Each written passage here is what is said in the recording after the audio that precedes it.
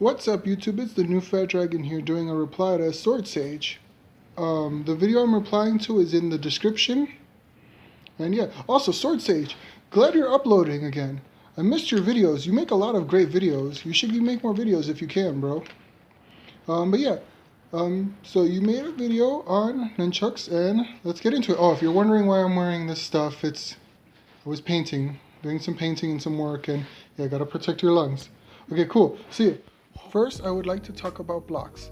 A lot of blocks I see used in nunchaku forms or techniques are done not while the nunchuk is being swung, but while the nunchucks are still being held. Here are examples of that. Links to everything I used in this video are in the description below. But there's also evasion style techniques such as knife hanshi dachi or sagi ashi dachi techniques. Next, I would like to talk about the practicality of the nunchucks. While I do believe that there are other practical options, I do also believe that the impracticality of the nunchucks comes from many issues such as the nunchucks not being the right length. In the image I am showing here, this is Master Fumio Demura showing the nunchaku length should be from center of the palm to elbow. Many people, this is much longer than the standard 10 to 12 inches nunchakus usually come in. To quickly talk about wrist rolls.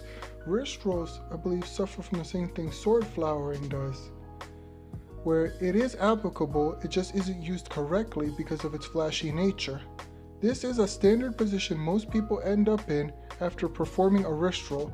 I use this to demonstrate two things. One, the application of the different grips used in nunchaku, and that the nunchaku themselves are sticks and have more striking techniques than just the fureis, which is what the swings are called from what I know.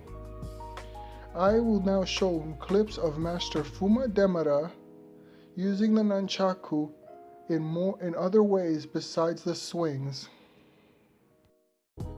I would like to put extra emphasis on Mr. Fumio Demura's movement, showing his hips and his footwork. Remember, when striking with the nunchucks, you must strike through the target. A flexible weapon must be directed through a target.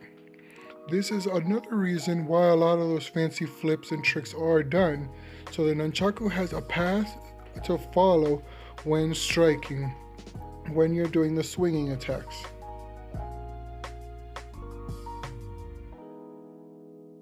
Mr. Fumio Demura will now do a rolling motion with the nunchaku after these attacks that I also see him later describe in this DVD as a block.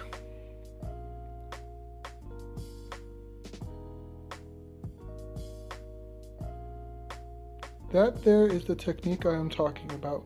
That rolling motion right there is also an attack and can be a block. Also, when it comes to the nunchaku being based off of the rice beater thing, I personally do not believe that is the case, but we must also remember that the nunchaku come in many shapes and sizes. I will put pictures up now of the different styles I see mentioned in a book.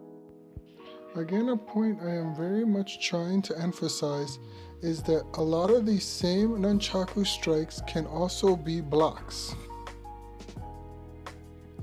Many of these nunchaku techniques are an extension of your karate techniques. So if you see a technique you can perform in karate as a block, the nunchaku may do the same. I also would like to emphasize that the nunchaku has more striking ability than just being swung around, which makes it a lot more versatile than it seems it is. This same attack you see here now was also used earlier, as you saw, as an attack, but you can see now that it also can be used as a block. Well, YouTube, that's the end of my reply to Sword Sage. Hope everyone enjoyed it. Hope I was able to add a lot to the nunchaku discussion. Yeah, peace.